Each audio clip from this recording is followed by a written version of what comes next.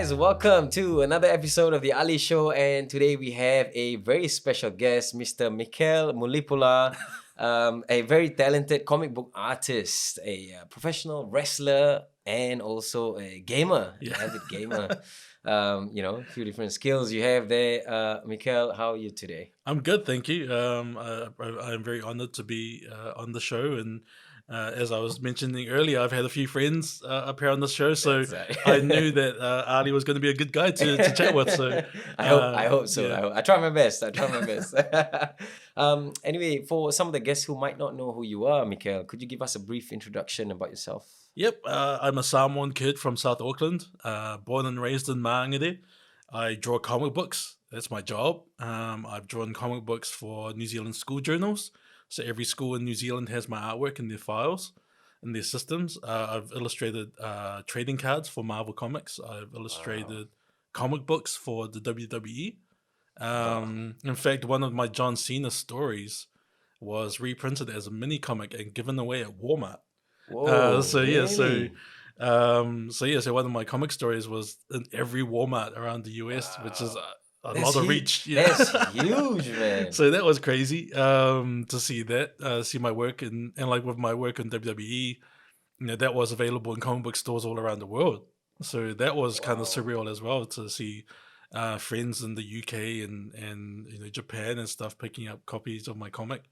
That's my main thing, drawing comic books. I also work part-time at Arkham City Comics in the comic store in Royal Oak, helping my mate Jeremy there. I'm also a professional wrestler for Impact Pro Wrestling here in Auckland. I've been a New Zealand heavyweight champion. I've been New Zealand tag team champion, and one of the times I was New Zealand tag team champion was with the legendary King Haku. So King Haku and I were New Zealand tag team champions together. That was a kind of childhood dream come true. And I'm also an avid Tekken player. I play Tekken. I placed in the top 12% at EVO 2018, which is the World Championships of Fighting Games. Wow. I've been sponsored by Logitech and I've been sponsored by HP Omen and stuff. So pretty much I'm that kid that never grew up. And comics, isn't that every kid's dream? Man? Comics, wrestling, and video games, all the stuff I loved as a kid, I make money as an adult with. So that's pretty crazy. That's awesome, man. There's so many things that I want to get into and I want to ask. I'll separate it one by one. But the first one I want to talk about is the whole comic books, which is like your main bread and butter. And when did it start for you? Were you, as a kid growing up, were you always good with drawing stuff and creating stuff? Yeah, I think every person is inherently creative. When we're at the age of like 2-3 years old, we're always drawing, right? Regardless of whether we're good at it or not. That's just something that every kid does. Scribbling and doodling and whatever. And so I was just one of those ones that never stopped, right? And one of the reasons why I never stopped drawing since that age was because I found my uncle's comic books. Because my uncles were avid comic book readers, and as a kid that loved drawing and just stumbling across these comics, my mind was blown, and it really sparked my creativity because I was just like, they're like kind of realizing that these are drawings, someone's drawn this. I'm just like, I want to do that, And so even before I started school, I was in love with the art form. Do you remember which what comics it was? I don't remember the first comic, but I do remember some of the comics were like X-Men stuff. There was Rom the Space Knight. There's 2000 ADs as well, like Judge Dredd and that. So it was a mixture of stuff that my uncles had, and it was just like the art form, like the characters and the bright colors and stuff really just kind of made such a lasting impression on this young kid. Hey guys, stop letting your body go on in pain and feeling sore all the time, man. Start putting some deposits in your health bank and take care of your vessel. Go get yourself an amazing massage gun from Sharpened Recovery. It's a very affordable and lasts a long time. Highly recommended. It probably costs less than 5 meals outside and definitely cheaper than a pair of shoes. Instead of getting something that's going to be on your feet, why not get this massage gun to massage those feet and legs? Go to sharpenedrecovery.com and use the code AliChannel for 20% off your guns. Yes, 20%. You can thank me later. So what are you waiting for, guys? Go get yourself some amazing gear. And how did you, like, from, you know, being like someone who just loves to read, and like, how did you develop just the skill of drawing and creating? What did you do? Yeah. So yeah, it was just drawing. It's you know, I actually really threw myself into learning how to read when I started school, because I wanted to read the comics that my uncles had at home. And so not only did comics foster my love of drawing, it also fostered my love of reading.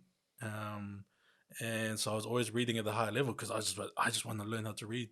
But in terms of like the creativity and stuff, like all I did was draw. And it's very much like anything else that you want to be a master of, or you want to be excel at, right? It's effort and hard work, and you can't shortcut that.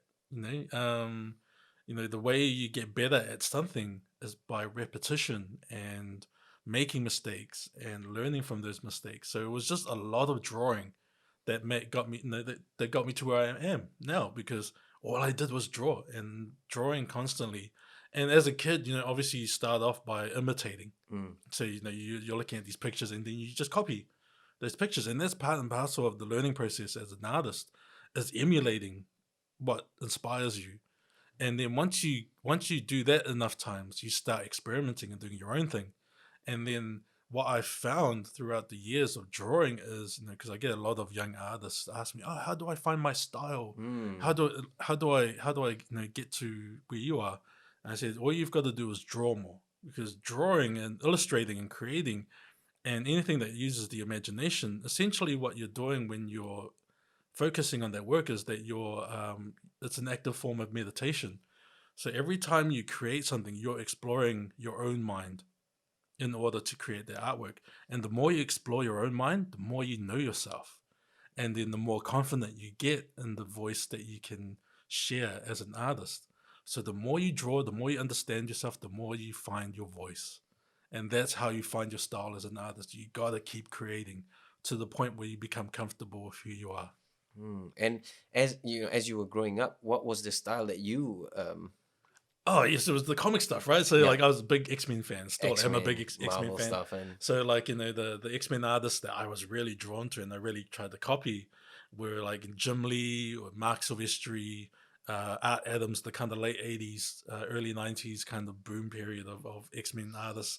And so like obviously I was trying to draw like them, a lot of the cool poses and the cross hatches and stuff, they're falling into the trap because I was trying to draw what they were drawing. And again, that's part and parcel of the learning process is trying to emulate and imitate what you see on the page. And then luckily for me, I've grown out of that phase. I still like acknowledge that phase because that's part of the growth and the learning process. I still acknowledge that phase, but now I've found myself as an artist, found my voice, found my unique style and unique look that people can go, oh, that's a Michel Mulipola artwork, just by seeing it.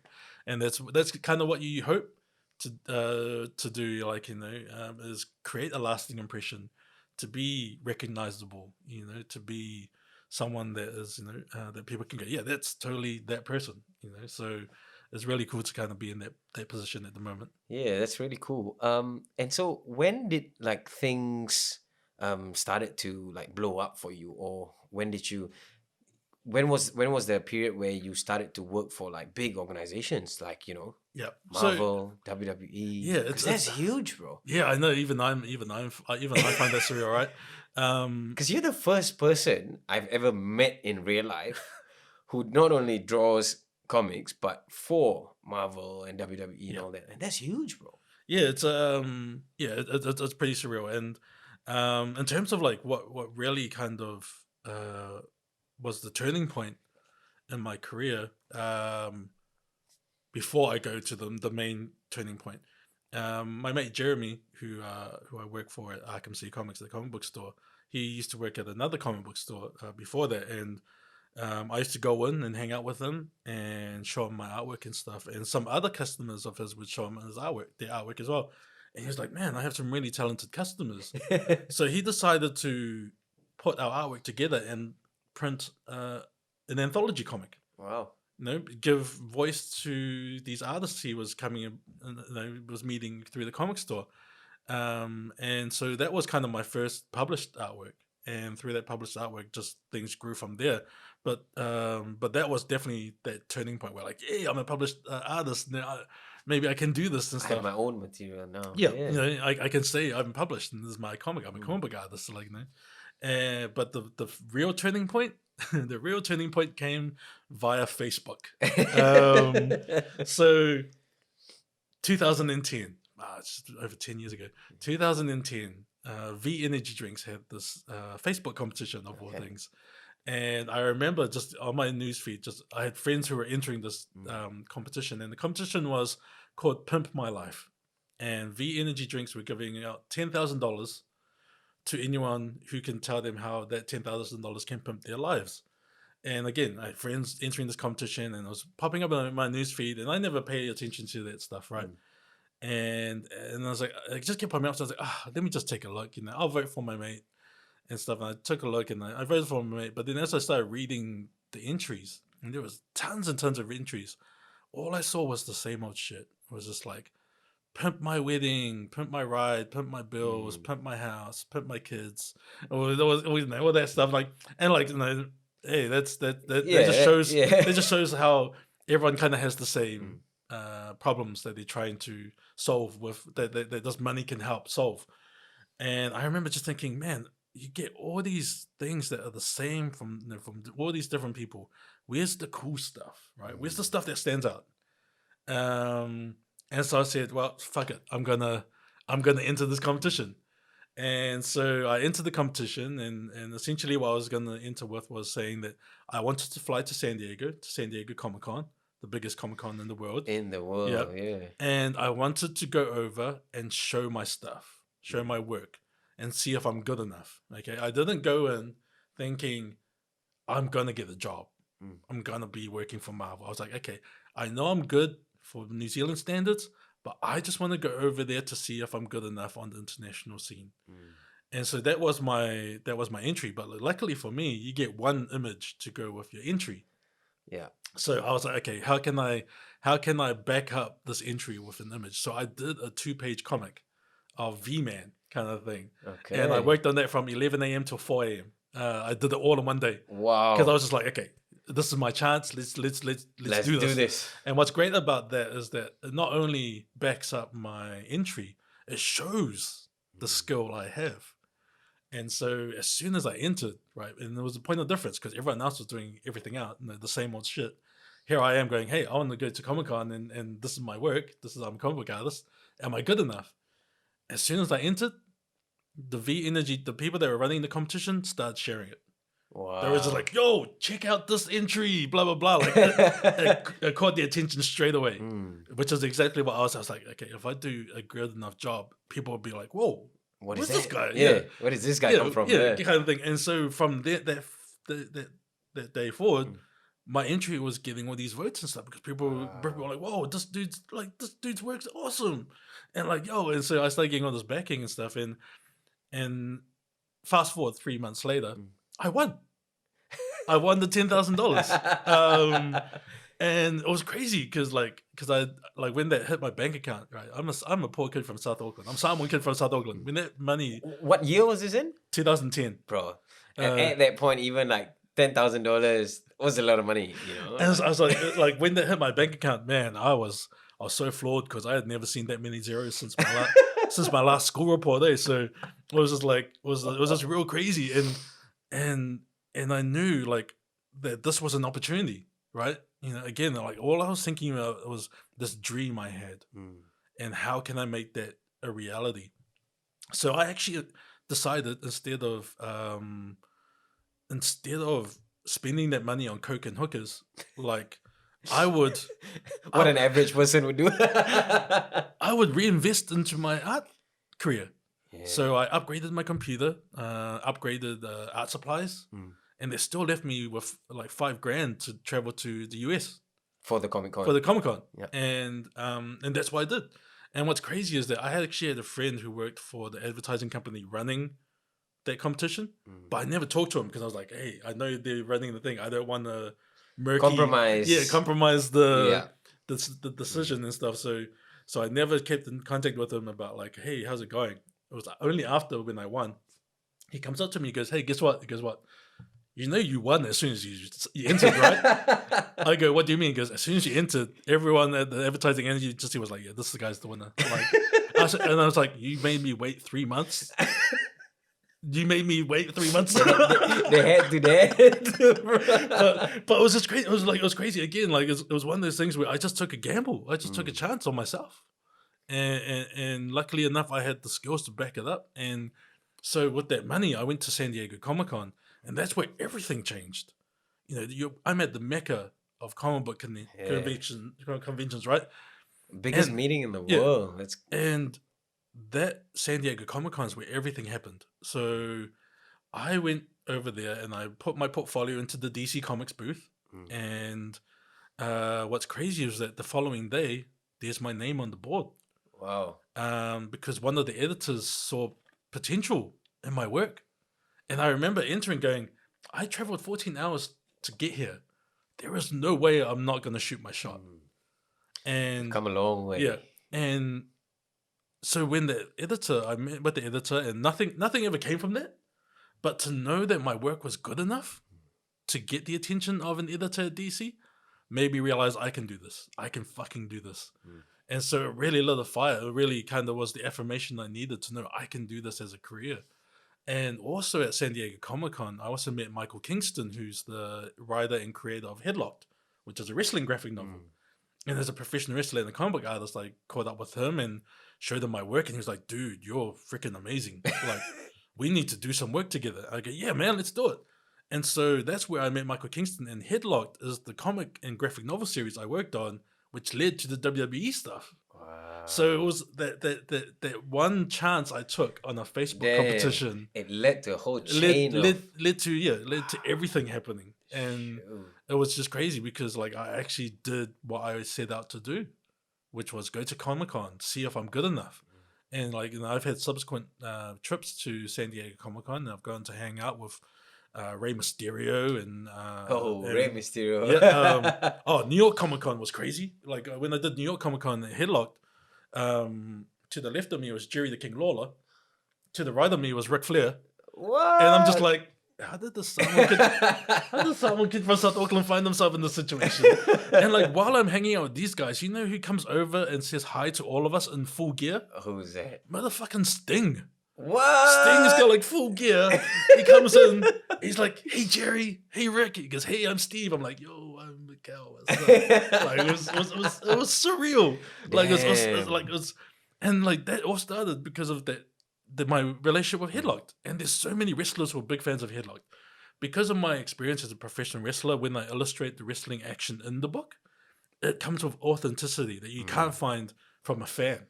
It comes to experience, being in there yourself. And when I illustrate that wrestling action, I always throw in little Easter eggs for wrestlers who know the business. Like little grips, little posts, or what we call posts in terms of like how you hold yourself up in certain moves and stuff. And so whenever I meet wrestlers and stuff, they're like, dude, like, you know your shit. Like, man, we love how, you know, you got this here. And I go, cool. I threw those Easter eggs for guys like you. And because of that, they become big fans of Headlocked. And some of the fans are like my mate Mike, who's based in New York, right? Because he does a lot of conventions and meets a lot of wrestlers over there. And I can only go over there every couple of years. He goes, oh, yeah, Ronda Rousey's got copies of Headlocked. He's like, yeah, John Cena came over, bought some copies. He's a big fan, stuff like that. I'm like, oh my god, like these guys are like have got copies of my book and they're fans of the story we're telling, and so it's just pretty crazy, like just to have those connections to these wrestlers, you know, and Booker T and stuff, and because that's the thing, you never know with like stuff, you know, getting published, you never know who has them, and like and like what you're saying now, you know, all these people, they're fans of the sport as well. Yeah, and they love the story we're telling. And again, the authenticity I can bring as a fellow professional wrestler to the story is exactly what they love about it. Because like the story we're telling through Headlock, they can understand, but then they see that we know our shit, and that makes them go, you know what? let's back these guys. And some of the guys have actually written stories for Headlock. Ric Flair's written the story. Mick Foley has. Who else? Rey Mysterio, AJ Styles, Samoa Joe. Samoa Joe's a good friend of mine. Booker T's done some artwork and stuff and whatnot. So it's just really, really awesome just to see them give back to the story we're telling by supplying artwork or a story for us to tell through our comics. Man, that's so cool. And from there, it started with the wrestling comics, and then when did it get into like the Marvel stuff? So the Marvel stuff, I'm not too sure. I think I remember asking them where they found my work, and I thought it was because I'd done this commission of Odin, Thor's father, and then shortly after they were like, "Hey, we want you to draw some trading cards for us." I was like, "Oh, it must have been the Odin," but I hit them up and they said, "Oh no, we came across your Facebook page and we love your artwork." I was like, "Oh, cool, Facebook." Facebook. So yeah, and I've over the years I've illustrated over 300 trading cards. Wow. And I've 300. I've gotten to draw some of my favorite characters. It's been so awesome. As someone that grew up reading and loving all of these Marvel characters, and to be able to illustrate them officially, like that's a pretty cool. I've got to ask, what's your favorite Marvel character? Oh, that's a hard one, eh? Because top three. Yeah, top three. Spider-Man's up there. And Spider-Man was one of those ones where it was a recent kind of epiphany where I realized I really do love this character. Thanos and Doctor Doom. I actually like the bad guys. I'm more of a bad guy. I like the villains, and those because like superheroes, I'm like, oh yeah, I like these heroes, but I prefer Thanos over them, and I prefer Doctor Doom over them. So those probably be the three: Spider-Man. Yeah, I think Thanos, Spider-Man might have been one of the first few comics I got into when I was younger. I think Spider-Man was one of them because Spider-Man was huge. Yeah, like Spider-Man has always been huge. You know? Spider-Man. Spider-Man is the top Marvel character. Yeah, always has been. Man, that's pretty cool. And so they found you on Facebook, and you start doing this trading cards for them. Do you happen to know, like, because in the recent maybe 2 years or so, like 2-3 years maybe, like trading cards have really, it's booming. The whole market of like trading cards, and the value of this trading cards started with like baseball cards, basketball cards. Yeah. And more recently, I think they've went into like the Marvel cards, and or does DC have it? Yeah, I think DC do have some cards. I don't see as much, but trading cards, not particularly in New Zealand, but like in America, there's still quite the market for them. I think the closest thing, it's almost like another form of currency. Yeah, it can be like in the Pokemon cards, like in the original Pokemon trading cards, like those are worth quite a lot. Yeah, I saw. It has the different grades as well. Like I think it grade 9 or. There's different grades. There's also different editions. So some of the cards I saw was like it goes for like thousands of dollars. I'm like, that's insane, man. It's collectibles really, and some are worth a lot. Some are worth jack shit really. So it's one of those things you don't know what you've got until a few years. It's a long game kind of investment, and sometimes it doesn't pay off. So people are like, oh, if I get number one today, will it be worth heaps in the future? And we're like, you don't know. You won't know until 20 years whether it's worth a lot or not. And it usually is that period where after 20-30 years before it starts to the scarcity, or like if there's a new Marvel film, but like, hey, now we've got Squirrel Girl, and there's like anything Squirrel Girl from her first appearance would go up in price and stuff. Like those kind of announcements do help with the collectability and the pricing of collectibles. But yeah, it was just kind of crazy just to be able to do those cards, and I've done cards for like the Endgame, the Endgame series, Infinity War, Captain Marvel, Spider-Man. Was it what's Spider-Man Homecoming? Hey you! Don't forget to subscribe, like, and share this video.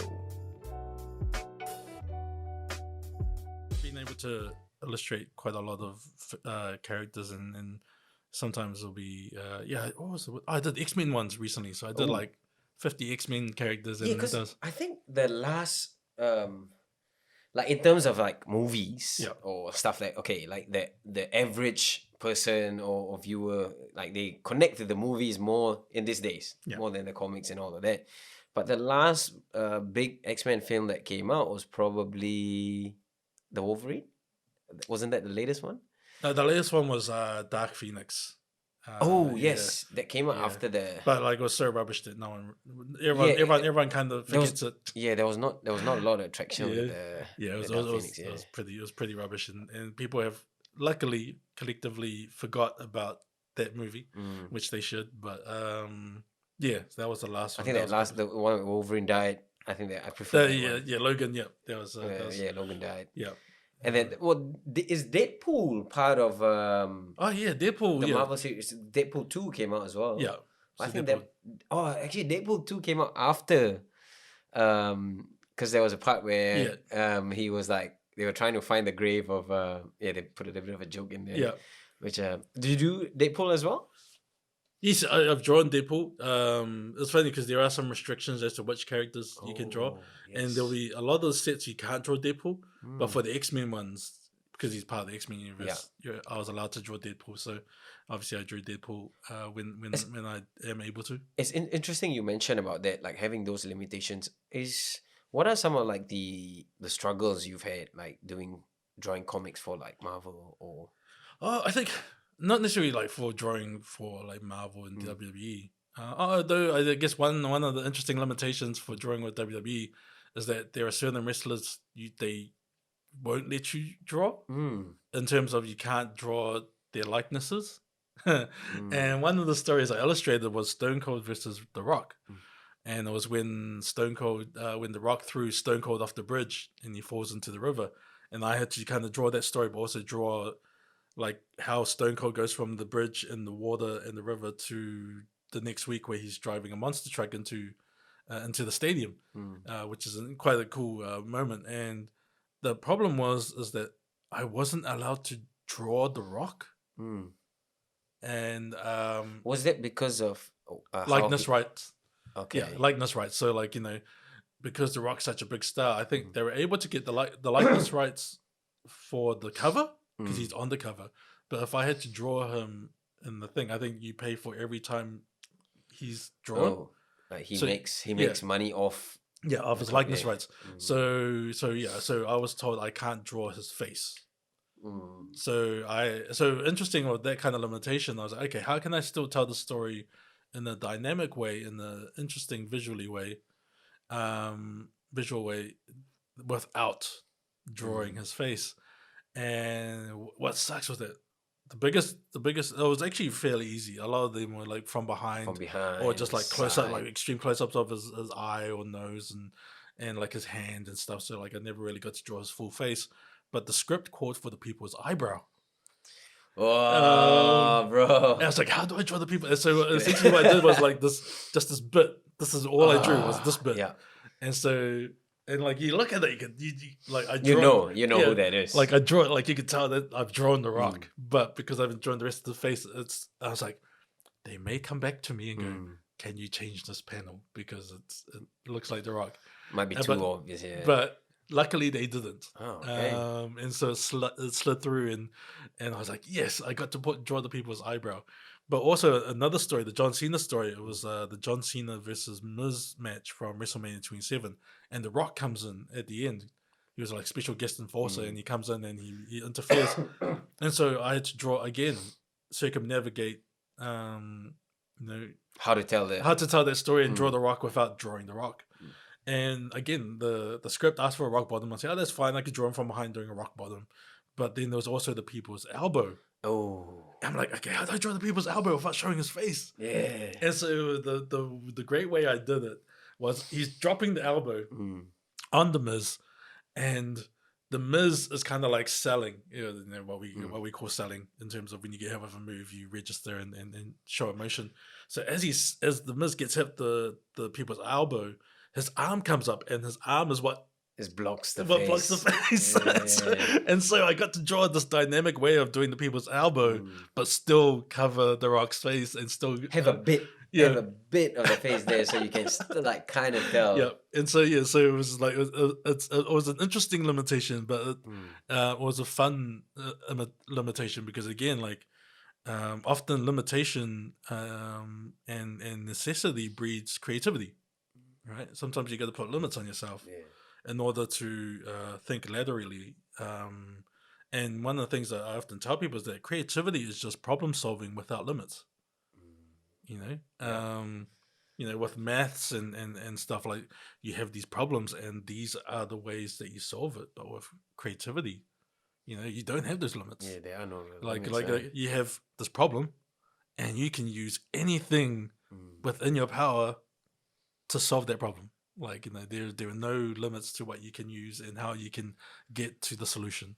And that's one of the things I love about being a creative, is that I'm always constantly thinking outside the box, always kind of thinking laterally, because that's kind of And you've got to have, like, you know, a pretty wild imagination to be doing what you do, because when you have that creativity block, it's hard to create. You know, which is also what I feel like is a bit of a problem in society these days. Is like, as we grow up, our creativity just diminishes, bro. Society just like kills it, you know, like they don't allow you to be creative. They don't allow you to improvise. Like, you gotta follow the rules. You gotta follow the pack, you know, or exactly. And I, you know, I understand. Like, I've been very fortunate to be able to do the stuff I do, and have a very supportive family and a great support network that has allowed me to do what I do. Yeah, like, that was what I was gonna ask as well. You know, like being from a traditional family, you know, like this is not something that's common. Well, yeah, exactly. It's like my career choices totally uncommon. How was the reactions to the people around you when you said you wanted to like draw comics for a living? Well, the fun thing is like, you know, my family is a, you know, fairly traditional Samoan family from South Auckland. You know, it was church, it was middle class, working class. We weren't rich or anything, but my mum was the kind of rebel of the family. She was the free spirit.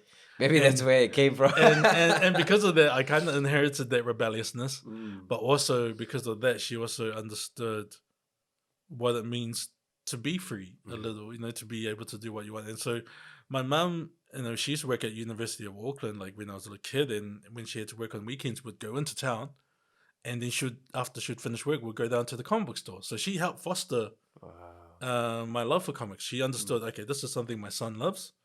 Okay, I'm gonna support him. I'm gonna support him, and so one of the great things that my mother did was allow me the freedom to be who I am and do what I love, and that meant the world of difference. Like, in terms that definitely is a huge contributing factor. Yeah, and you know, she never put any restrictions on what I could do and who I can be. You know, she allowed me to be me, and so I'm very grateful for that. And in terms of like friends and stuff, like, they've known that this is stuff I've always talked about: drawing comics, wrestling, gaming. You know, this, like, I talk to my mates and I catch up with them, and they're like, "Dude, you're doing everything you said you were gonna do at school. Like, it's crazy, man." I'm like, man, I find it crazy because everything I do, there's no defined pathway to success in those fields. I just kind of was like, this is stuff I love. Why not give it my best shot? You know, and also, like, you know, I think criticism among your peers as well at that age group, like, it's like quite disappointing sometimes. Like, if you think back in the day when you were in school, when you tell your friends that I want to do this, I want to do that, you know, like, let's say maybe 70%, 80% of the time they're gonna shut you down. And they're gonna, like. Well, yeah, it was funny because I never had friends like that. They would. They were very supportive. Yeah, they were very supportive. They just knew this was me, like, and it's always been me, and it was both ways too, because like I was like, whatever my mates do, that's them. Like, you know, we weren't one of those guys where the group of guys were like, we all had to be the same. We were all from South Auckland. We were all different ethnicities. We all had different interests, but we were common group, you know, as our friends, and we allowed our differences to shine through rather than trying to turn each other into homogenous version of you know, male bros kind of thing. We're still bros and stuff, and we still give each other shit because if you can't be friends if you can't mock each other, right? So exactly. So, but like it's really crazy, just kind of I never really thought about how supportive we were of each other until you just kind of brought it up, and I was like, yeah, no, we never poo-pooed each other's ideas. Yeah, because kids are like usually the harshest, you know, like there's no filters. Yeah. And if and this is, I think, like in your early years of your life, this can, when you don't really have enough defenses yet, or you don't really know how to navigate all these things, sometimes some of these comments from your friends can really last a lifetime. That's why a lot of people get scarred, from like childhood stuff. That's why it's very important.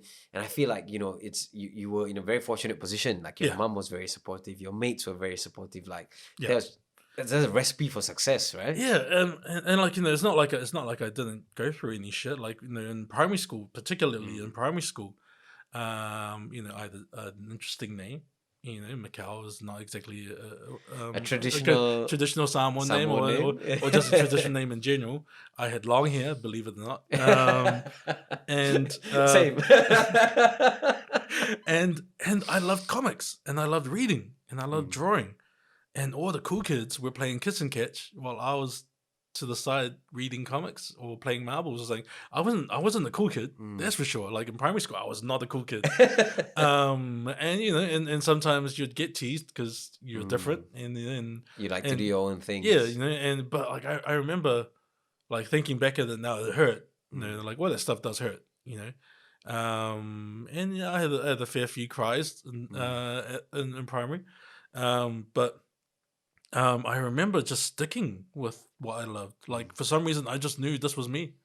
Like, despite all the shit I was getting, I knew this was who I am and this is what I loved. And I never let any of that detract me from that love. And so, so I think that's also the contributing factor. And, it's that, when you grow up in a certain kind of environment, and you're subjected to certain behaviors, you have one or two options, right? You either continue those behaviors or you rally against them. And I feel like I'm one of those guys who kind of went against the grain. Like if these guys think that what I'm doing is worthless, I'm going to show them it's worth. Showing to them that, just proving them wrong. Yeah. And not only proving them wrong, but proving yourself right. Yeah, and I think part of that is also that tenacity you grow up with when you come from somewhere like South Auckland, when you come from a minority. I fucking hate that term. Minority group of Pacifica, right? You're constantly growing up with all these people telling you you're worthless. You won't amount to anything. And it takes a lot of tenacity to grow up in that environment and go, you know what, fuck you. I am worth something. I'm going to prove you wrong. We're not all criminals. We're not all, what you say we are. We are, kind of thing. And that, I think, is also kind of what built that tolerance, and the adversity, kind of just going, oh, you want to say I can't do it? I'm going to show you I can do it, And so, so it's that kind of thing. And I've been very fortunate as well growing up in South Auckland and in Maanga there, people say that there's bad stuff that happens there. And yes, bad stuff does happen in the community. Bad stuff happens in all communities, right? But it's always highlighted in the media. But luckily for me, I had comics. I had drawing to keep me off the street, to keep me occupied. I never was one to wander the streets at night because I was too busy, again, instead of exploring the mean streets of Maanga, I was exploring my own mind in comics and illustrating. And so that being able to focus on something like that allowed me to not fall into some of those trappings of my community, of my neighborhood, the bad stuff. That's awesome. Yeah, that's so awesome to have something to really put your energy into. Yes. And you're so engrossed in this stuff, like you probably didn't care about, like when your mates are going out and play rugby or whatever they're gonna do, like even if you didn't go, like there are times you probably might want to go, like have some fun with the boys, but even if you don't go, it doesn't matter. Like even now as an adult, they would be like, "Oh, there's a party." I'm like, "Oh, I've got to finish this." So like, I've Yeah, got to finish yeah. it, so I'm just Got my gonna, thing to do, yeah. yeah. It's like, I got work. Like, I got to do some work while I'm out. So yeah. So sometimes, like, and that's part of the sacrifice as well as like sometimes. You need to put aside those social engagements, social, Get a bit of events and a stuff. bit of Yeah. give and take there. Yeah, and then like if I finish my work, like cool, I can just pop in and say hi, what's up, just do a quick hi and bye, Yeah. and then once I do that, then I go back home and do more work. Carry on. Yeah, so But like, it's not work if Yeah. you love doing what you're doing. Like, No, yeah, it's funny because it's a lot of work, but it never feels like work. And I'm always grateful to be able to illustrate as a job, as a career, because I always think to myself, when it feels like work, when it feels like so much work, so much to do, so much effort, I always think to myself, dude, you're drawing comics for money.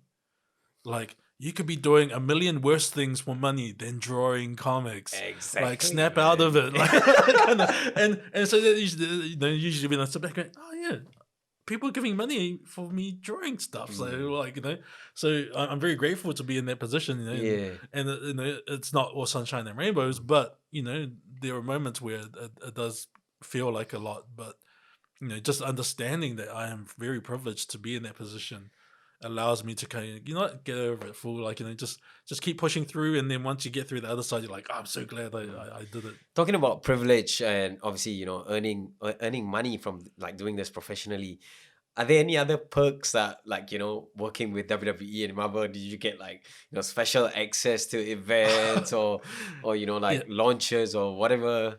Nah, not really. Because like a lot Would of you times, say that is because you're like halfway across the yeah, world? yeah, no, like that, and also a lot of the work I do doesn't really register with the big higher up stuff, and like even like movies and stuff here.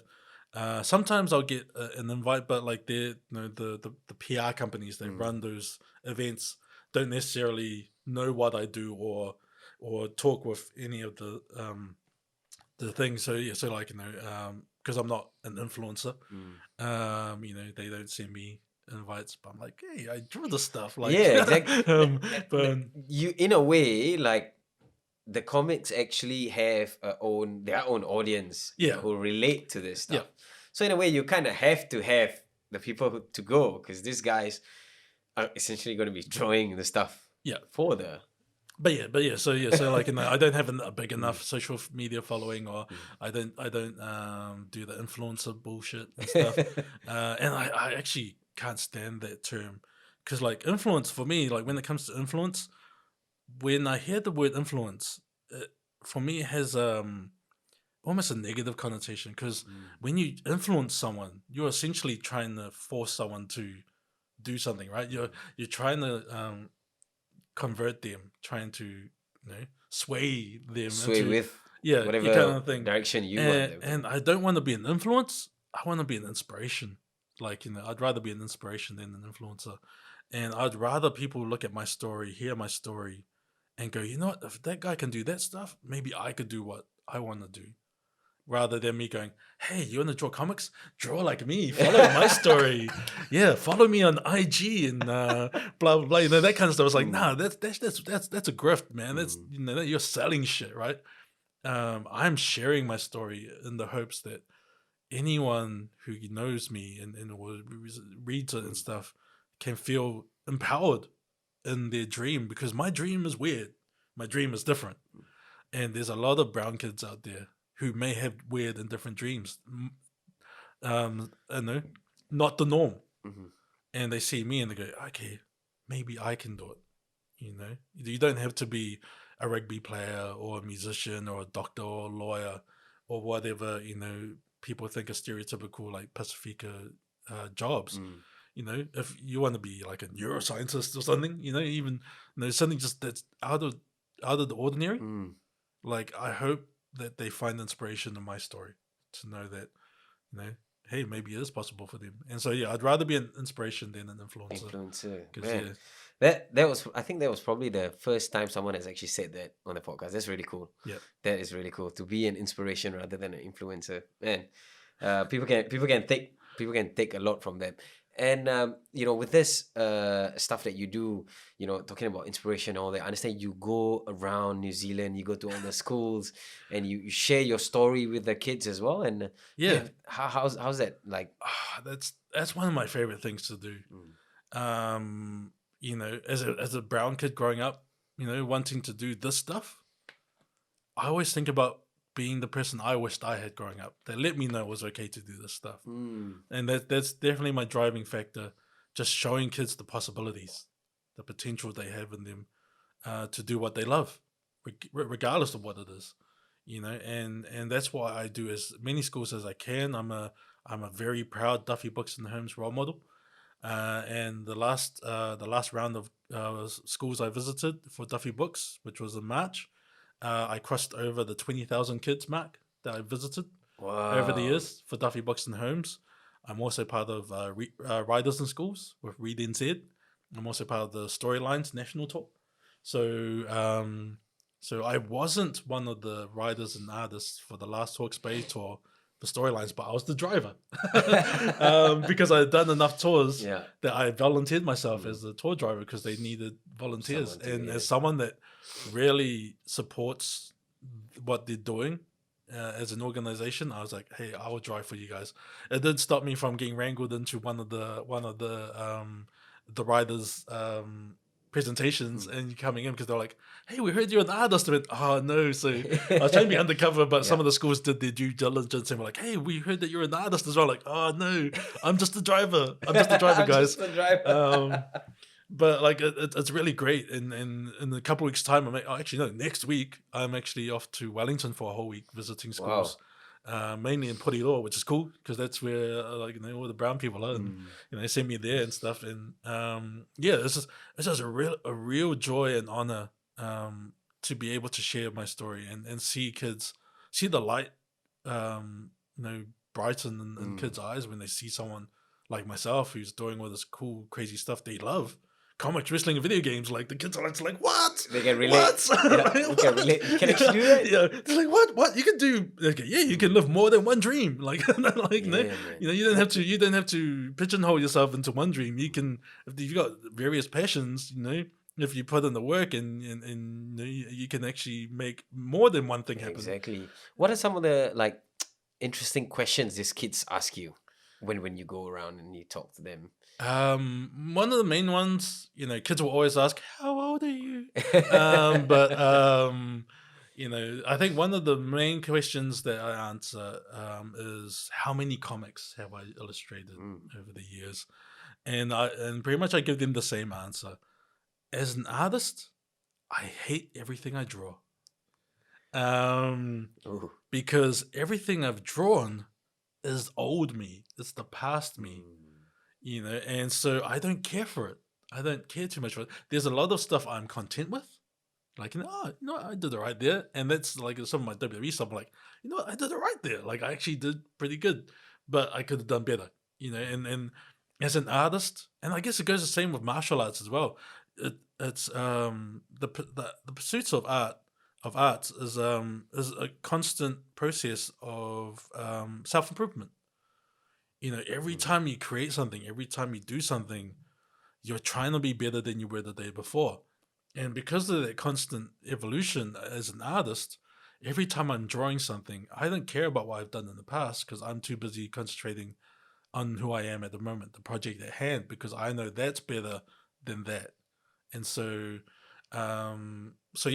that's kind of how I tell the kids. I'm like, I hate everything I draw. And they look at me like, oh, Get a bit shocked. yeah, and it's like, yeah, I hate everything I draw because that's old me. Now I'm better, and I try and link that into embracing failures, and letting kids know it's okay to make mistakes, because every failure is an opportunity to learn. Because I tell them I like making mistakes because when I make a mistake, when I draw something and I complete it, and finishing it is definitely the key thing. When you finish something, you can step back, take a look at it, take a look at what you did wrong, take a look at what you did right, and then you can refocus next time and go, okay, fix what you did wrong there. Remember what you did right.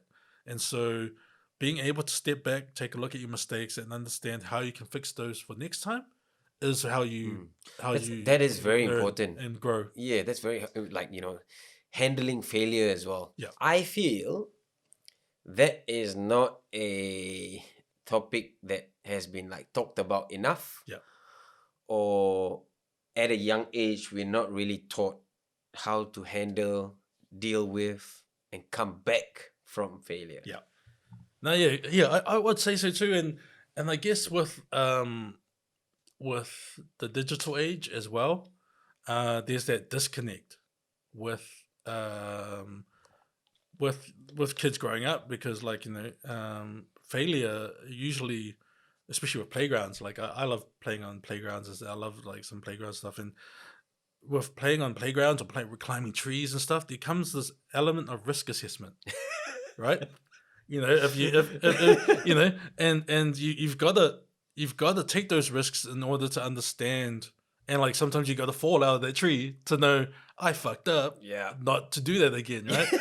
And I feel like sometimes, especially with this digital environment, the kids aren't getting enough of that risk assessment, not understanding that it's okay to stuff up, and like and learning by failing. And especially with social media as well, and the facade that people put on social media. Like for me, I don't put much actual personal stuff on my social media because people don't need to know that, right? I'm not gonna. That one can stay private. Yeah. So it's like my private life is my private life. If you know me personally, you know enough of it. But for me, social media is just advertising, right? But I'm not selling anything. I'm not being an It's like influencer. PR. Yeah. Marketing. Yeah, getting your brand out there and stuff. And luckily, I have a really good brand in bloody Samoan. It's real easy to remember. People don't have to remember Michel Mulipola or learn how to spell it.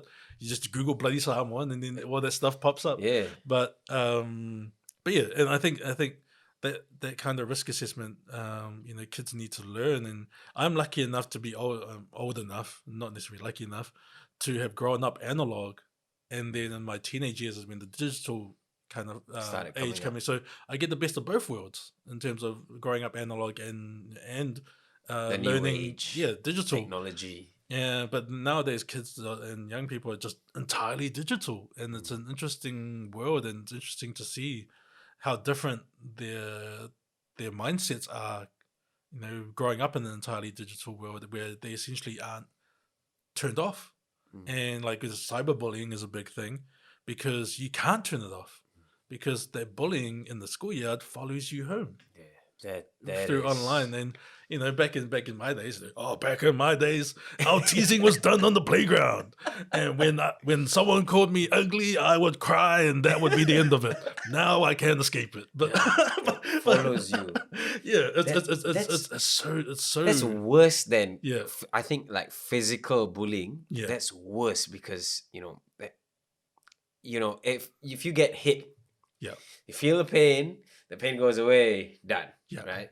With this one, like the words, It's psychological. bro, It's mentally it screws you. It's unending, and I do feel for those kids because they don't know anything outside of that digital world, so they can't step away from it, because anything online they feel is an actual representation of who they are in real life. And so not having that separation means that everything that they read online that may be said about them hurts. And and I don't know how you can like fix that. And That how, is a and, very- how you that can is a navigate very- that. Like that's well beyond my skill set. I just That's draw a- comics. Yeah, that's a very big Um, issue. I yeah. think like a lot of things there cannot be, there won't be one solution to Nah, that. it's but like risk assessment and stuff, and honestly, taking risks and betting on yourself like is very much how I find myself in the positions I'm at. Like again, the risk of following these careers was immense. I didn't know whether I would succeed, but I knew I owed it to myself to give it my best shot. And through those risks and taking those risks, and taking risks often, right, means that whenever you take a risk, it's not a big deal. If you always shy away from taking risks, that crevice, that gap just widens Starts to and widen, widens. yeah. And so when you had to finally take a risk, it becomes this almost insurmountable By you the know, time you're just too obstacle. discouraged, Yeah. Yeah, you kind of like, oh no, it's too much, it's it's too too much. hard. Yeah, You know, like, but like when you get so used to taking risks, you just go, oh, okay, what's the worst that could happen? I don't get it. Oh, what's the worst that could happen? I get it. Oh, it's worth it. And then give it a try. yeah, it's like is then and then if it doesn't happen, you're no worse off than you were before Exactly. you took that risk. And I always find that all the best stuff is just beyond your comfort zone. You've got to constantly be pushing yourself just beyond your limits in order for real growth to happen. And so and that comes with risks, constantly risking and taking a risk and stuff. And like that's how I do it. And like as a pro wrestler, like I'm always risking my health. As the You know, saying goes, right? With yeah. big risk come big reward. Yeah, and like when I play Tekken and when I game, I'm a big risk taker, and a lot of people are like, dude, you just do this crazy stuff. Yeah, because you weren't expecting it, right? You were like, oh, this person's gonna play safe, but I didn't play safe. But look how much damage I did. And I won the game because I took a risk and stuff. And it's understanding that risk assessment and understanding, okay, if you take this risk, this is the best that could happen. This could be the worst that could happen, and understanding that that's the reality. You're taking that risk and not being afraid to take that. And it's just been really crazy. Just just everything I've done. Man, It's that's so been cool, one bro. big gamble and risk. I wouldn't really say like gamble. Yeah. I mean, Calculated in some risks, ways, yeah. it's calculated risk, but you know, you had the talent to back it up, so like you weren't really gambling. You know, Yeah. you put in a lot of work to it. Which getting into like a little bit to the technical side of the drawing and all that. I have no knowledge on a lot of the stuff that you do, but like very little. You know, I know very little, but understand like from like an artist, a very, how do I put it? Okay, from growing up and all that, you're so used to doing on like a pen, you know, paper and pencil, and you draw, and then like these days now you have to do everything digitally. Well, yeah. So you know, I grew up again traditional analog. And then you know, as I grew older, and I made the switch to digital. Funnily enough, I remember a few months ago, I realized that the first computer I had, I got when I was 25. Yeah. So like I was well into adulthood before I got my first computer, and like and I just realized like, oh man, I didn't grow up with a computer, but like I fully embrace computers and digital tools now. But like for me, like digital you know, computers, software, they're tools, right? And there are pros and cons for both traditional and digital tools, but it's all on how you use it. And so a lot of people kind of assume that with digital, yes, it is easier, like in terms of like there's a lot of tools that allow you to create a lot easier, but you don't have a magic button that does the artwork for you. You know, a lot of people think, oh, because it's digital on computer, you can just go click and the artwork is done for you. Because no, it's still effort. It's still a hand drawing and illustrating and painting using this digital tool. So it's just another tool. You know, a very expensive tool, but Yeah, I was gonna say those things are not cheap. yeah. But yeah, for me, I just tell people it's a tool. I still do traditional stuff every now and then. You know, because that's what I grew up on. And I often say that if I didn't have the traditional foundations, my digital wouldn't be as good. And so I think that's also another thing where people think that digital is a nice shortcut, and they kind of jump straight into digital without putting in the work and the foundation. You know, it'll be like someone learning how to do a 360 spin kick, but don't know how to throw a roundhouse. You know, Exactly. kind of Yeah. like, yeah, I saw this cool kick. I learned Jump how straight to, into that. Yeah, I just did this cool kick, and I could do this one cool kick. I throw a roundhouse, like my hip doesn't. Yeah, again, you know. So it's that kind of thing, that bells and whistles stuff, and often, especially with comics, you know, it's an often misunderstood art form where people think comics are superheroes and big action scenes, and that is a part of the medium, but comics is a medium. It's a storytelling medium, and if you have a story to tell, you can use comics to tell it. So it doesn't have to be superheroes. I did the Oliainga Samoan language comic, which is about Samoan family, everyday normal Samoan family, navigating the Samoan culture and Samoan values in the Samoan language. And there's no superheroes, there's no big action scenes or anything, but comics was the great medium that was used to tell that story. So often people think that's what comics are, superheroes, big action scenes, but it's really just telling stories. And and that's the foundation of that. And if you don't understand that foundation, and if you don't understand that foundation of arts and how to draw form and build around that foundation, then all you're gonna be is like it's just a facade, just paying lip service. It's like, oh yeah, I know the style over substance. There's nothing to back it. It's just something that looks cool.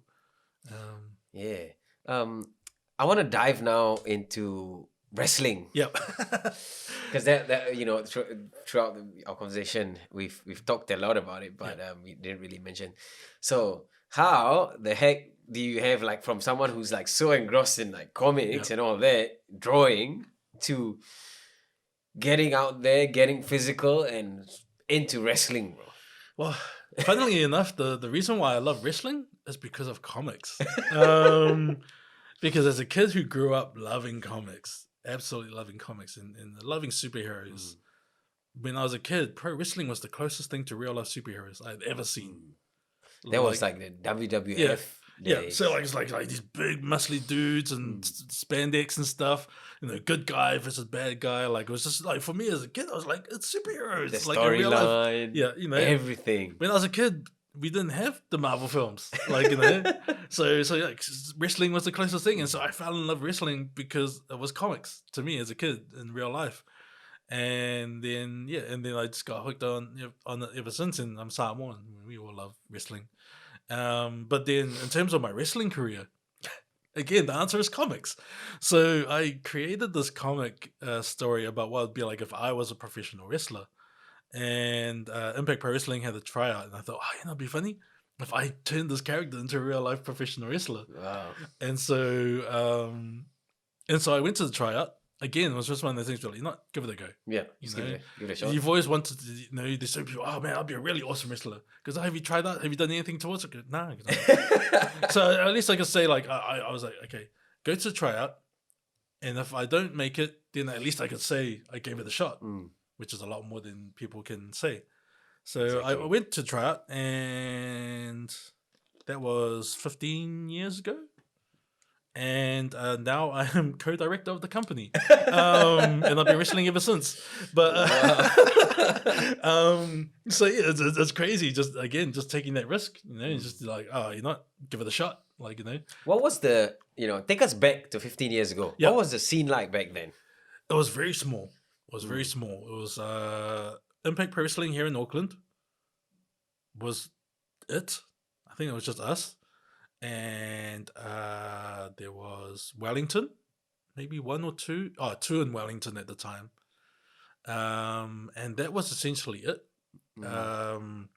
And yeah, I started off as a superhero, obviously. And then I think about a year and a half, 2 years into it, I shed the superhero gimmick and became a bad guy. And I've kind of been a gray area ever since. But it was just crazy, like, again, to be able to bring to life a comic book character I created and flesh him out through the wrestling ring. And it's funny enough, I had just revisited my original comic character because I just finished a school journal, which is about my life. Oh, like, yeah, they commissioned me to write a short comic about my life as a comic book artist, and so I also had to kind of go back to like the first time I created Kid Liger and stuff, and it was kind of funny just revisiting and seeing my old style. I'm like, oh man, too much cross hatching. Like, what the hell was I thinking?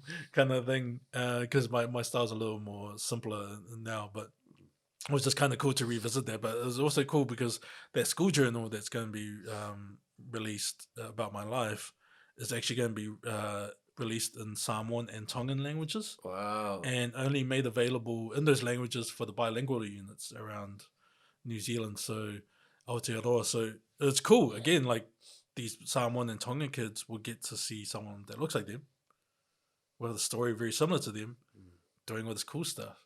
And what's cool is they're like, it's all about my comic stuff until the last page when I reveal I'm a wrestler. And then I go, oh, that's a story for another time. So like these kids will be like, oh, and they're like, oh, why's he getting changed? And then, oh, he's a wrestler. And it's like, that's a story for another time, kids.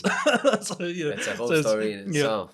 So yeah, it's just really cool just to kind of revisit that, but also think about the journey I've come from being a comic book created character into a real life kind of character in the wrestling ring, and fleshing out that character and growing and evolving as a character. And one of the things I love about pro wrestling is that your character is constantly growing and changing and evolving.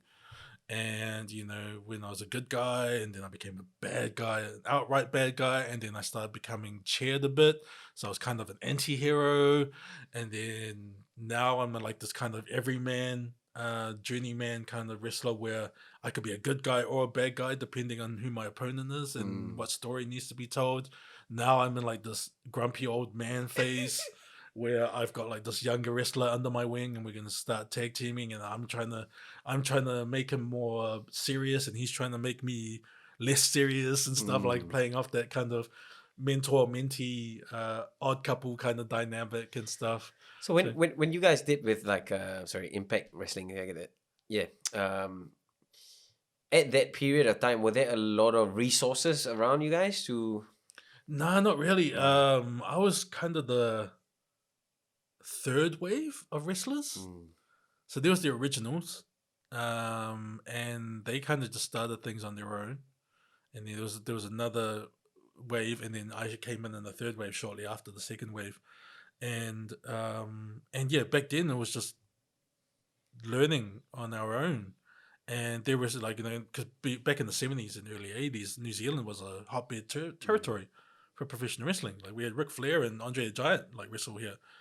But then once it stopped, there was this massive gap between then and then the modern age of wrestling in New Zealand. And because of that gap, there wasn't anyone really to help mentor the first generation of IPW guys.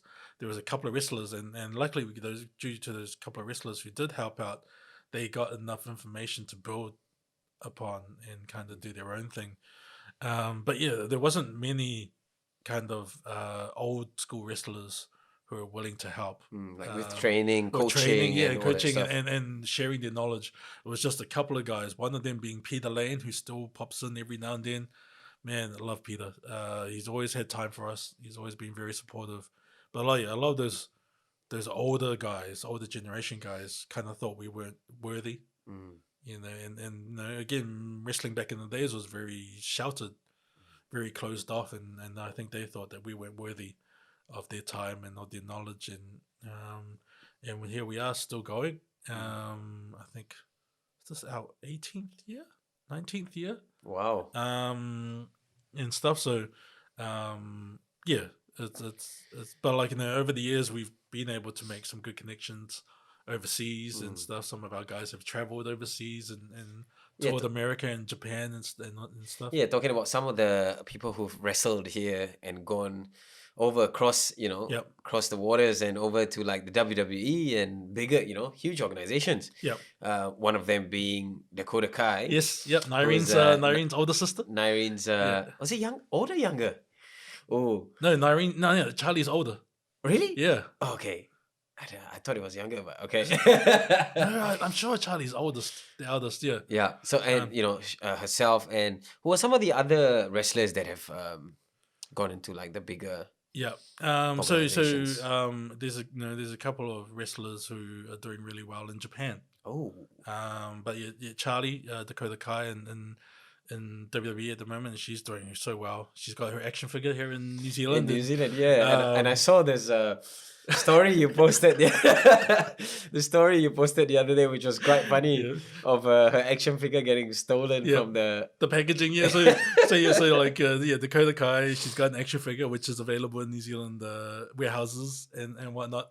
And I went into Monaco warehouse and I was like, oh, there's the Dakota Kai figure. And then when I got up there, it was just the packaging. And the figure had been stolen. And I tagged Charlie in it, and I said, oh, you're over in South Auckland, and you're proud son. you're making it. Yeah. When they're stealing your action figure in South Auckland, which was awesome. Like it was that pride, because you're like, Yeah, oh, man. these people know she's Samoan. Yeah, You and know, from here. Yeah, and from One New of Zealand. us, Yeah, you so know. it's cool that they felt that they had to steal her action figure, and she had a good laugh. She cracked up when I sent it to her. But so she's definitely the top one. Then in Japan, there's Tox, Bad Luck Fale. I went to school Bad Luck Fale. Ooh. Yeah, we went to St. Joseph's Onihanga Primary. Japan is a very interesting place because Yeah. they're very supportive with all this Yeah. combat sports like boxing, kickboxing. Yeah, they love the combat, Yeah. stuff, martial arts, Martial arts, yeah. martial arts in general. They love to see that that pursuit of like peak human performance, right? And that's kind of what martial arts is, in terms of the combat arena, just seeing that peak human performance. So like Bad Luck Fale, who's got a dojo out in Otahuhu. He's like one of the top guys. He's Jay White is actually also he's from Whangaparoa. I think he's from Hibiscus Coast, and he never came through IPW, but he did wrestle for us on one show. And really cool dude, really humble guy. He actually moved to the UK to pursue his dream of being a pro wrestler because he didn't realize that there was a scene here. Oh, okay. So he went over to Japan. He went over to the UK, met Fale there when Oh. Fale was touring, and then Fale got him in contact with the dojo in Japan, and so he went through the dojo system, spent 2 years there training, living, doing the young lions kind of thing, which is not an easy. It's The whole camp. It's not. It's 2 years of hard out training and the Japanese style of training is not for the faint-hearted. They're pretty full on. Yeah. And so he went through that, and now he's one of the top guys. He's been IWGP champion, world heavyweight champion and stuff in Japan and stuff, and he's always made sure that Fale is looked after because he understands without Fale he wouldn't have the successes he has. There's also Aaron Henare. He was from IPW, and then he went to Japan, did the Young Lions training and stuff, and now he's currently in like the top group at the moment as well in Japan. Wow. There's been a couple of people in the UK and stuff, and the UK scene there's a lot. It's I feel like it's oversaturated, so there's a lot of opportunities to wrestle in the UK, but like you almost get lost in the mix. I would say. But yeah, there's a couple of guys that went over to the UK. One of the guys who's back home now, Niwa, he wrestled in Mexico. Oh. Yeah, Wow. and he was wrestling like almost every night, like tens to thousands of people in Mexico and stuff. So it was really awesome to see him kind of get that experience, and now he's back. He's based in Wellington, and the knowledge he's got from his experiences, because after Mexico he went to the UK. And stuff, and spent some time there. So he's just passing on that knowledge to the younger generation now. Yeah. So it's really awesome to see that, and these guys are younger than me, and like as an older guy, it's really great to see these younger guys take those opportunities, take those chances, And I often tell them, if you want to be an international superstar, you gotta get the fuck out of New Zealand and test yourself. Unfortunately, like that is just the reality. Yeah. Like, in terms of wrestling. Yeah. Well, and like and it's not like it's necessarily like I went out overseas to test myself as a wrestler. I went overseas to test myself as an international comic book artist. So I understand what you need to do in order to go beyond these borders, and you need to go beyond these borders. If your dream is to be on the world stage, you need to get out of New Zealand and test yourself in the international waters. And like a lot of the wrestling here in New Zealand, like myself, I'm content with just wrestling here. Mhm. Like comics is my main thing. Wrestling I do for fun. That's your hobby. That's what Yeah, you yeah. enjoy. Yeah, so I don't need to be the top star. I don't need to be an international superstar. I'd rather stay here, wrestle, help other younger wrestlers develop and grow as especially with character work. I'm more of a character guy, and telling stories. And so yeah, so that's like understanding your place as well. There's a bit of hierarchy when it comes to wrestling, in terms of respect and whatnot. And so you've got to, or you got to make sure that you honor your elders and respect them. But also respect is earned as well. And so it's not like you have to give. You're obliged to give respect to the elders if they are undeserving of it.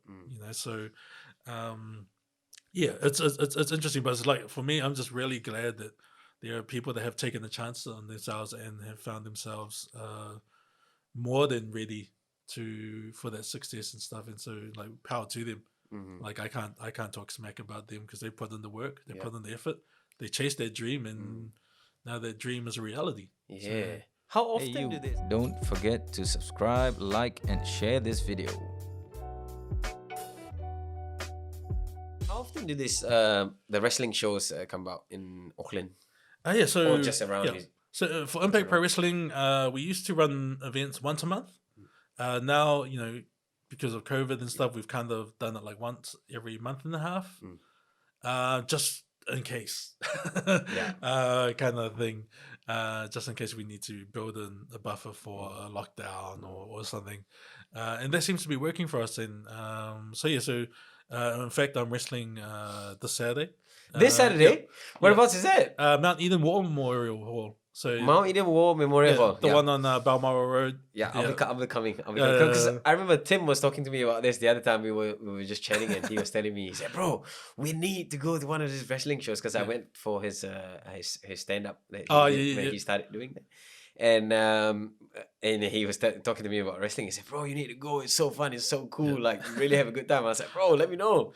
Yeah. So this Saturday, well, obviously when this podcast comes up, that would have already passed. But where was that again?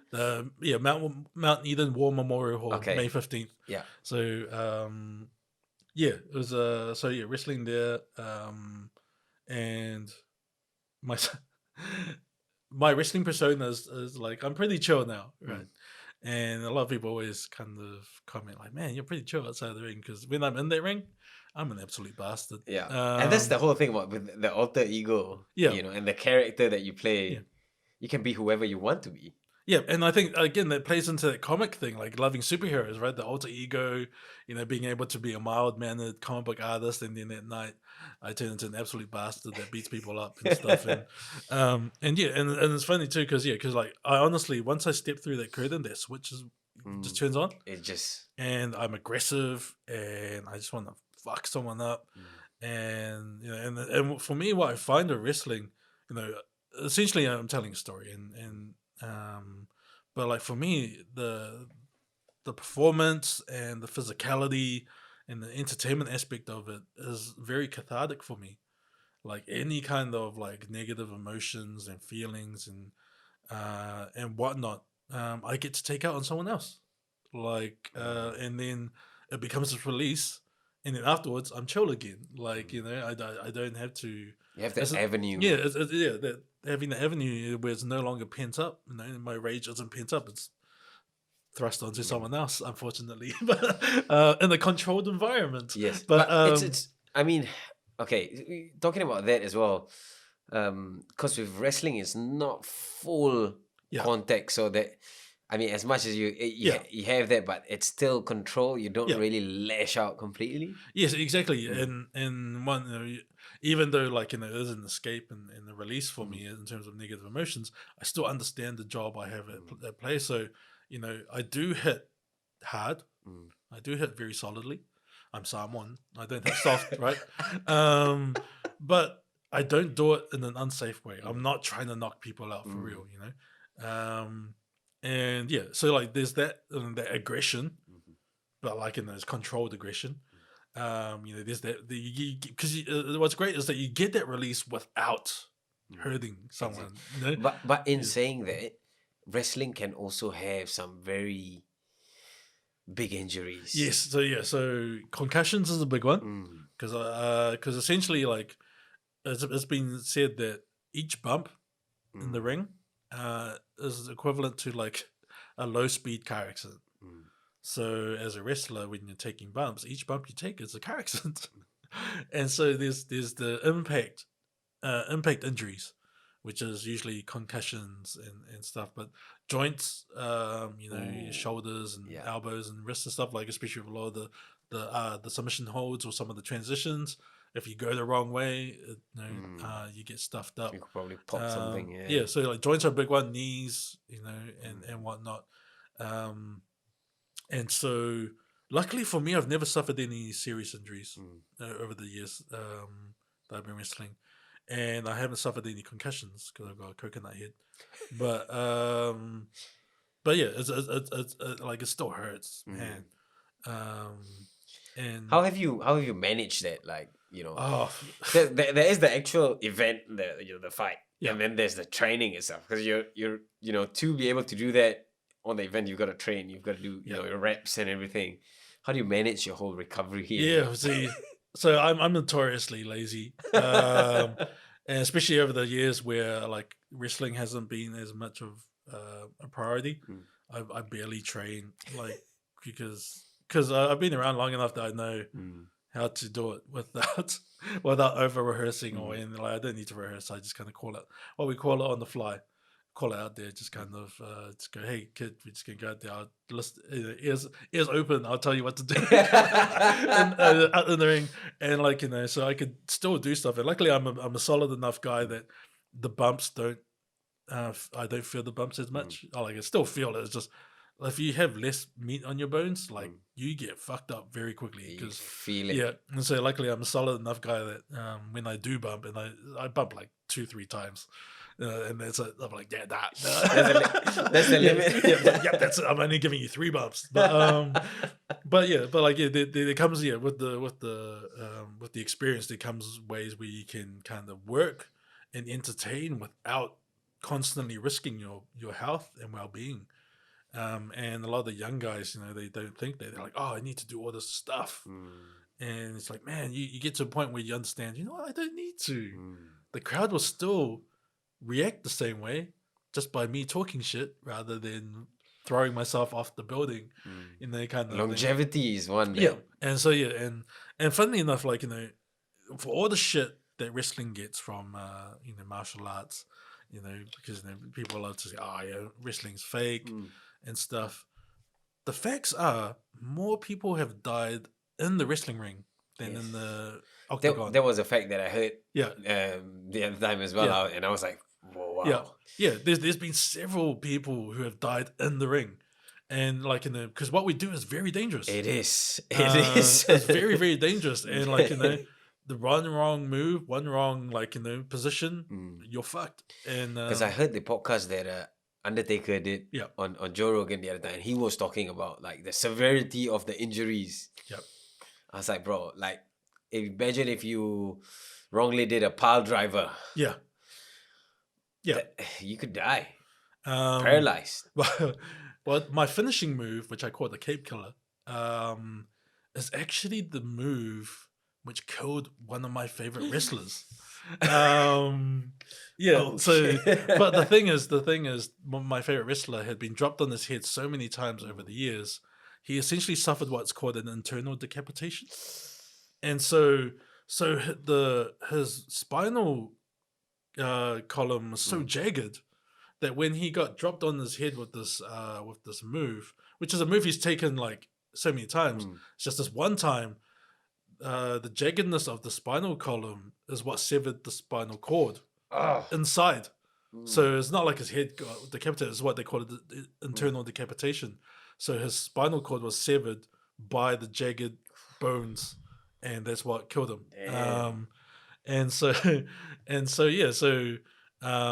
People always like talk fake as well, and it's like the F word, and it's like, people can call it fake, but you can't call it easy.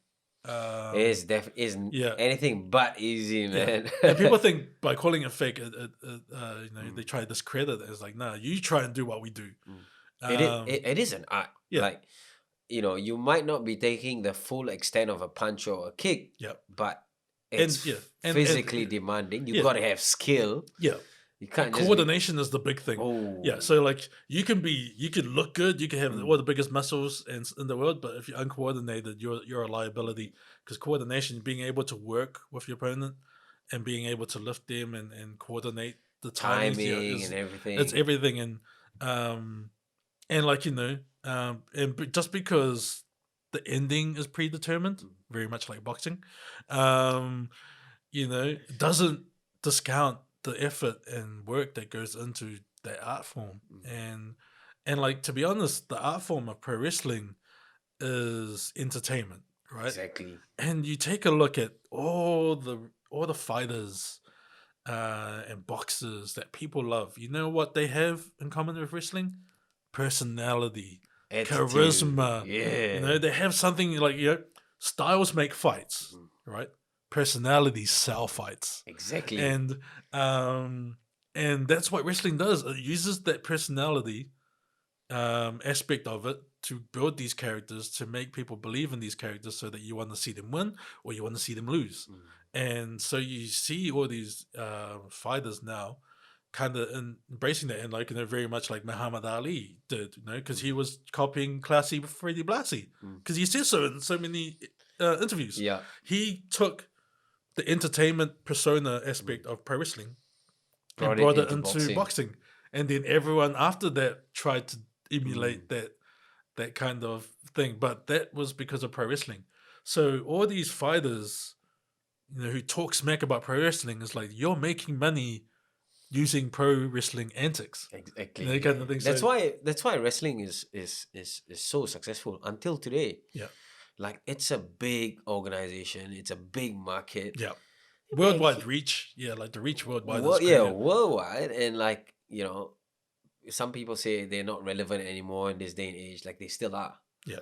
It's just that you've, shifted your focus to something else. Yeah, no, yeah. A lot of people are like, hey, who used to love wrestling, now are finding the shoot nature, like the real fights with the wrestling personalities more their cup of tea, which is fine. Yeah. To each their own, and so it's just interesting just seeing that, so yeah, it's always just kind of grinds my gears when I see MMA fighters or boxers and stuff kind of talk shit about wrestling. It's like, man, you wouldn't be making money if it wasn't for the persona that you've taken from pro wrestling. A lot of the showmanship. The showmanship. A lot of the top people, like in boxing or in MMA or whatever, like, they take stuff. Yeah. Because growing up, this is what they watched. Yeah. Chances are, right? Yeah, this exactly, is what they yeah. watch. So you're definitely gonna pull out some things from here and there. Even if it's not the wrestlers, if it's the professional fighters, they probably pick that up from them as well. Yeah. So it's all really connected, And then one of the other ones that I really, which we were talking about just off camera, was how Tyson Fury recently had, it was quite recently, within I think a year or two. He had a WWE fight after I think it was after his first fight with Deontay Wilder. Yes. And then he went on to fight in the WWE. Yeah. And then he got a lot of criticism from that. But I was like, man, hats off to the guy. He's doing. He's obviously a great showman. Yeah. He has a very, very interesting character, his attitude, his persona that he has, and bringing that into WWE. And not only that, but like, he has helped himself in so many ways, which he's now brought more fans and eyes to the sport of boxing. Yeah. And a good chunk of these people who've watched him probably gonna watch him when he fights. Yeah. He boxes again. Yeah. He did kind of tease a little bit about getting into MMA. I don't know how true that is or real that is, but like, MMA is it's a whole nother ball game. Like, that's different. It's very difficult if he just expects to go in an MMA fight just with his boxing. Yeah. For someone who's who has good knowledge of the game, they'll pick him apart. You know, they'll take his especially legs. especially a and- super heavyweight kind of division. yeah, he'll be a- you know, they'll do a lot of things, but Yeah. you know, heads off to the guy. Like Yeah. he, and it's not like he was the first one. yeah, You know, exactly. Floyd Mayweather. Floyd you know, did had that. the match, That was and that was Mike like a big Tyson- show. Yeah, with the big show, yeah. You know, and then Mike Tyson, you know, Yeah. had that thing with Stone Cold and Yeah. Shawn Michaels, and then I think it was the first WrestleMania. Muhammad Ali was there. Yeah, You know, so it's not like Tyson it goes Fury back was to the whole first line. one, Yeah. You know, he's just the latest. You know, he was just the latest. So, yeah, like you know, it's business. You know, At the end of the yeah, day, it's what it business. is. You know, wrestling may be more show business than sports business, but you know, it's still business. Because and the WWE machine is huge. Yeah, it's- you know, and like talk about what's his name, Brock Lesnar. Yeah. You know, and how like you know, he used to go from UFC and you know WWE, and he used to make insane amounts of money when he Yeah. came and fought in the UFC. But that's because he's bringing his whole fan base over. And like if you think about it, he doesn't need to fight in the UFC. and he barely fights in WWE too because he makes so much money. He's, So built, he's, yeah. he's just built so much of his brand yeah. right now. He's such a freak too, like It's you know, crazy, like you man. know, and But- again, like you know, it was one of those things where he came from, you know, he's a amateur wrestler, like he's got legit skills. Came into wrestling and just dominated, like because he was just an absolute freak. Then Yeah, goes freak into of nature, yeah, man. goes into UFC and actually holds its own and does fairly well. And then once he kind of had those losses, Because that was when like people start to realize as well, man, this like some of these wrestlers Yeah. can actually fight as well. Like Yeah. that's not just for show. yeah, you yeah, kind of thing. So it was like it just showed, you know, just how related, like you know, wrestling is the cousin of like you know of MMA and martial arts. You know, Exactly. it's not necessarily a brother or sister. It's once removed cousin. Yeah. So talking about a little bit about more on this events that you organizing and all that. So as you're the assistant Co-director. co-director Yeah. of the Yeah. organization. So what are like some of the stuff that you do, like organizing this event? Yeah, so luckily we have this really great management team that kind of runs everything. So it's not like I do a lot of day-to-day stuff, and you know, a lot of the team kind of we delegated, so we have bits. And so yeah, so usually we'll just kind of have a meeting every now and then just to keep tabs on what we're doing, what we're covering and whatnot. So yeah, so a lot of it I don't worry too much, because we've got a really great the team. team's really good at what they do. Yeah. Yep. And then if there's any issues that need my involvement, then I'll chime in. Or if I have any input on any of the decisions, I will chime in. But most of the time, I fully trust the management team that we got because we're all on the same page. You know, there's no kind of competing or individualistic kind of motivations amongst the team. We're all trying to create great events, you know, for people to come along and watch. Enjoy the show. Yeah. But yeah, we got you know, the event team in terms of like this guy that books the venues ahead of time and you know, making sure we get certain dates locked in, and then we've got like the social media, the advertising manager. She's making sure that Everything's up we and got, running. we got people are graphics, we informed. got bits and pieces. Lately, I've just been boosting posts because I got like a whole bunch of advertising credit for Facebook through the We Are Digital, the I Am Digital Pacifica series that I was a part of, the campaign for online safety Oh, okay. for Pacifica kids. So so they paid me in credit. So I was like, okay, cool. I'm just going to use Gonna their use credit that, for push advertising. the events, yeah. So it was cool to be a part of that. Yeah, and then if anything else comes up that needs my attention, but a lot of times they make my job very easy. Anyway, Michael, we've come to the section now. Wise words from the wise men. Okay. So for people who are watching, listening, what would be the advice? One of the best advice you give them? Okay, so my daily mantra is do the work and don't be a dick. That's it. That's all you need for success. And God knows why so many people don't even adhere to that second part. but that's all you really need is do the work and don't be a dick. That's what I live by every single day, and that's all. That's all really. Man, that's short and sweet. It's powerful. It's very powerful. Don't be a Yeah. dick. Yeah, do the work and don't be a dick. Like honestly, that's all you need for success, and it's as simple as that. Yeah, because as we were talking about, not being a dick, like this day and age, people sit behind a computer. You sit behind a keyboard and you can type and say whatever you want, and which comes to like the very popular phrase that Mike Tyson would say. These days people can say, you say whatever you want, because you don't know what it's like, until you get punched in the mouth. Yeah, keyboard warriors. Yeah, you kind of understand. Yeah, which is really sad, but I think there's more things that are being done in this day now to kind of teach the younger generation. Well, the people who've passed that stage, it's quite hard to kind of change their mindset now. Yeah. But like, for the younger generation, some more things could be done to make sure that they do not fall into that, the whole keyboard warrior thing. Yeah, it's pretty crazy. And as someone like playing games and online and stuff, Yeah, always, even on games and all of that. Yeah, like just like when you get some of those hate messages, which I barely get, but I've had a couple on PlayStation. And I'm like, man, it's just the PlayStation nature, because I think there's a lot of little kids on PlayStation who just want to talk crap. But I'm just like, just look at it, read it, and just laugh. You just go, oh. and that comes down to letting other people's not letting other people's opinions define who I am. And so that definitely comes with confidence, not overconfidence, not it's more about having confidence in yourself and understanding that those people may be talking shit about you, but that doesn't mean you have to take on board what they say.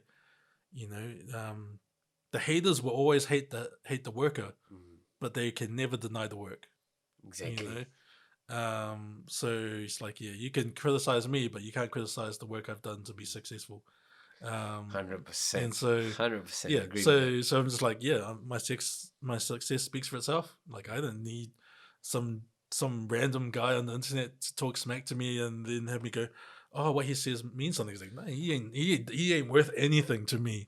Exactly. And so so not letting people's opinions define who I am has definitely allowed me to navigate some of those hater comments. And I have gotten hater comments. I've gotten some racist comments. Of course I've gotten racist comments. I'm brown in the white world. So it's like a package. It comes together, man. Yeah, but like, I'm just like, nah, you know what? They can't affect me. They can't stop me doing what I need to do. So 100%. But do the work and don't be a dick. That's it. Short and sweet. Yeah.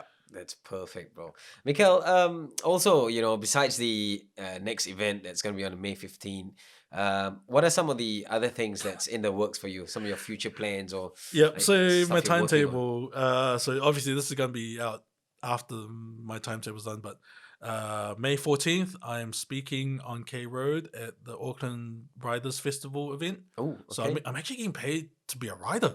Wow. Yeah. So so 14th, May 14th, Auckland Riders Festival. May 15th, IPW Fallout at Mount Eden War Memorial Hall. May 16th, I fly down to Wellington and I do a whole bunch of schools up until May 21st. May 29th, I'm in Hamilton for Bridge City Beatdown, which is a music, gaming, and wrestling event. Oh. So I'll be selling my books, gaming, and wrestling at the event. In June, it's a little lighter. I've got a couple of school visits. July, I'm in Melbourne for Oz Comic Con and BAM, which is the big gaming tournament. Yeah. And August, I am back in Wellington for Comic Fest as a guest. I think that's what I got. Full on schedule. I think that's what I've got. That's what I can remember. I know there's more on that list. Obviously, there's wrestling events and stuff like that in between. But it's been pretty crazy. And a couple of weeks ago, I was in Hawke's Bay, so for a week and stuff. So you're traveling all around. That's so cool, man. So I'm glad I get to go back to Australia and do conventions there. With this bubble opening up, definitely. Yeah, with the bubble, man, it's so much easier. Okay, cool. I can go to Melbourne. And luckily this weekend, Aussie flights were on special, so I was like, yep, I'm right up in there flying business class. So yeah, it's I'm very fortunate. Like I honestly can't believe I get to do what I do as a job, as a career. And it's just everything I loved to do as a kid. Like I've somehow segued into careers as an adult, and it's the best feeling ever. Living that dream you had as a kid, as a reality, like you can't replace that. Like that's priceless. yeah, man. and so I enjoy every single moment, and I get to live that dream, and I never forget who I am, never forget where I came from. Like I'm always that Samoan kid from Māngere, wherever I go, whoever I meet, whatever I get to do, like it's that's me. Like I'll never forget my roots, and I think that comes with the not being a dick. Portion of it. man. Don't be Yeah, a dick. Yeah, do the work and don't be a dick. Man, Michael, I don't want to keep you on for too much longer, but man, I'm really inspired like by your story. Talking about being giving inspiration to people, and I've really love what you have done and what you continue to do. It's so cool, and I'm sure there are definitely a lot of kids' lives that you have already impacted. Whether you might know it or not, and I'm sure there will be more in the future.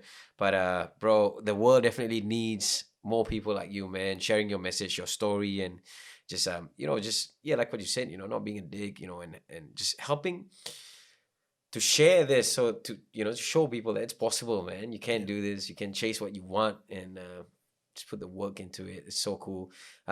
I'll definitely be going to your wrestling show this weekend. I'm definitely gonna go. I'm gonna hit Tim up and Will as well. We'll have a chat with them, and probably even Nyreen as well. And, you haven't caught up with Nyreen as well. Yeah, and see if they definitely be keen to go.